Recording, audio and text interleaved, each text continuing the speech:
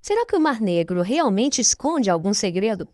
Ele é um mar quase totalmente cercado por terra, conectado ao Mar de Mármara pelo Estreito de Bósforo e mais adiante ao Mar Mediterrâneo, através do Estreito de Dardanelos. Durante milênios, as pessoas cruzaram essas águas em veleiros, depois em navios a vapor, balsas, cruzeiros luxuosos e até submarinos, explorando cada canto do Mar Negro. Por isso, à primeira vista, parece difícil imaginar que ainda haja algum mistério escondido por ali. Mas já pararam para pensar por que o Mar Negro é frequentemente associado ao dilúvio descrito na Bíblia? O mais impressionante é que essa ligação entre o Mar Negro e o dilúvio é real. Pesquisas científicas recentes confirmaram essa conexão com base em evidências sólidas e praticamente incontestáveis. Claro que, como sempre acontece na ciência, ainda existem estudiosos que contestam essa ideia. William Ryan e Walter Pittman. Segundo os cálculos deles, cerca de 7.600 anos atrás, o fim da última era do gelo provocou o derretimento das geleiras, o que fez com que o nível dos oceanos e do mar Mediterrâneo subisse repentinamente.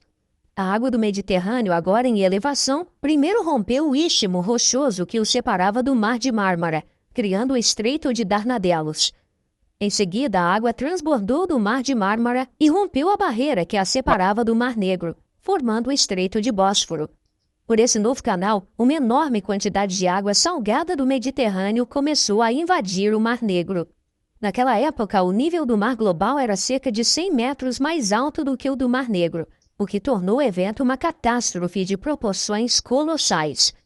A quantidade de água que fluía diariamente para o Mar Negro chegava a cerca de 42 quilômetros cúbicos, o que equivale a 200 vezes o volume de água que hoje passa pelas cataratas do Niágara.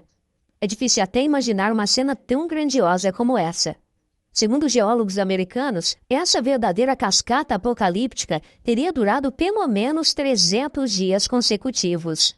Claro, ninguém proporia uma hipótese tão ousada se não houvesse provas concretas para sustentá-la.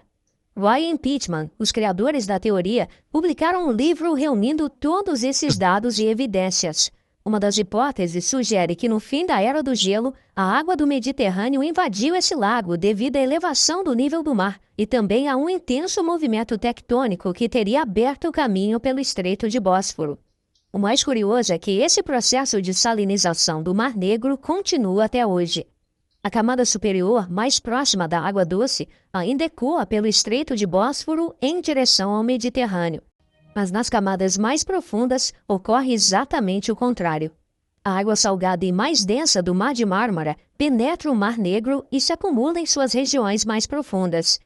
Dessa forma, duas correntes se cruzam dentro do Estreito de Bósforo, cada uma indo em direção oposta.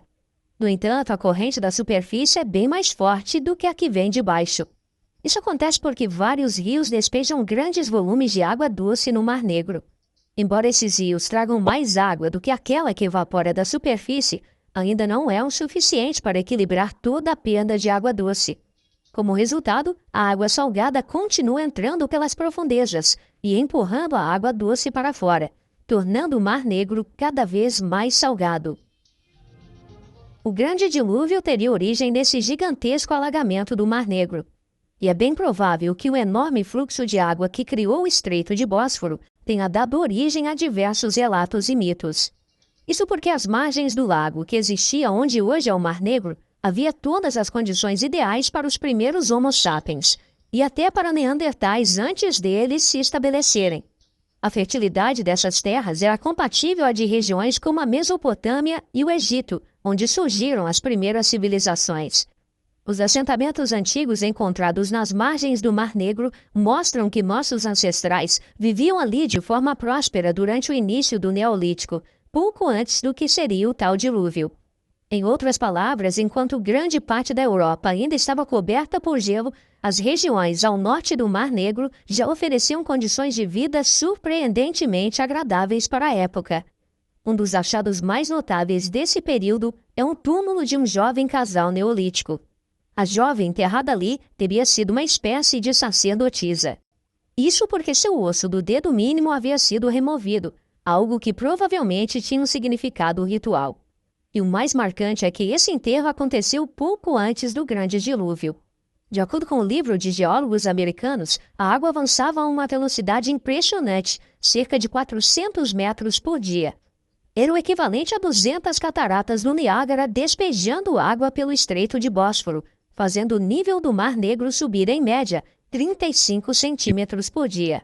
Como resultado, o litoral do Mar Negro avançou quase 100 quilômetros ao norte, e a antiga linha costeira foi completamente engolida pelas águas. Um dos indícios dessa antiga costa são fósseis de deltas fluviais ramificados, formados pelos rios que desembocavam no antigo lago.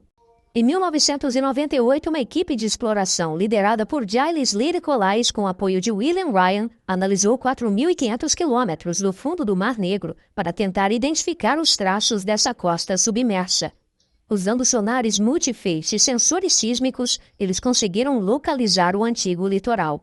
E os sedimentos encontrados confirmaram a transição abrupta entre uma camada típica de água doce, com materiais de cerca de 7 a 8 mil anos, e uma camada de origem marinha, contendo moluscos de água salgada, o que reforça a teoria de Ian Pitman sobre o dilúvio. No entanto, os estudos mais recentes mostram que o evento teria ocorrido cerca de 1.000 anos antes do que se pensava. Em amostras colhidas entre 15 e 2.200 metros de profundidade, foram encontrados depósitos de lago contendo grandes quantidades de conchas de molúsculos do gênero Monodacna, típicos de água doce, datadas de 7.500 anos atrás. Também foi identificado que entre esses moluscos e os organismos marinhos atuais, houve um período de transição com espécies intermediárias. Com base nesses dados, pesquisadores franceses concluíram que o dilúvio teria acontecido há cerca de 8.500 anos. Mas o que ainda não está claro é como o Mar Negro se tornou salgado após a entrada em massa da água doce do Mar Cáspio. Porém, se lembrarmos que o fundo do Mar Negro passou a receber águas salgadas pelo Estreito de Bósforo e que esse processo dura pelo menos 7.500 anos, a salinização gradual do mar começa a fazer mais sentido. Diante desse impasse entre a teoria da inundação abrupta e da elevação progressiva do nível de água, é possível que a verdade esteja justamente no meio do caminho. Talvez o que aconteceu foi uma combinação dos dois fatores principais: o fluxo repentino de água que formou o Estreito de Bósforo e o fluxo mais lento das águas do Cáspio pela planície do rio Manique. Se essa região foi subitamente submersa, deveríamos encontrar muitos traços da presença de Homo sapiens ou de até neandertais por ali. No entanto, esses vestígios simplesmente não aparecem. Segundo alguns especialistas, a explicação pode ser o fato de que esses assentamentos estão submersos e soterrados por camadas espessas de sedimento. Claro que seria possível tentar localizá-los por meio de perfurações. Mas como escolher o ponto exato para perfurar? Seria como tentar encontrar uma agulha num palheiro. Só nos resta torcer para que algum dia alguém encontre uma solução para esse dilema.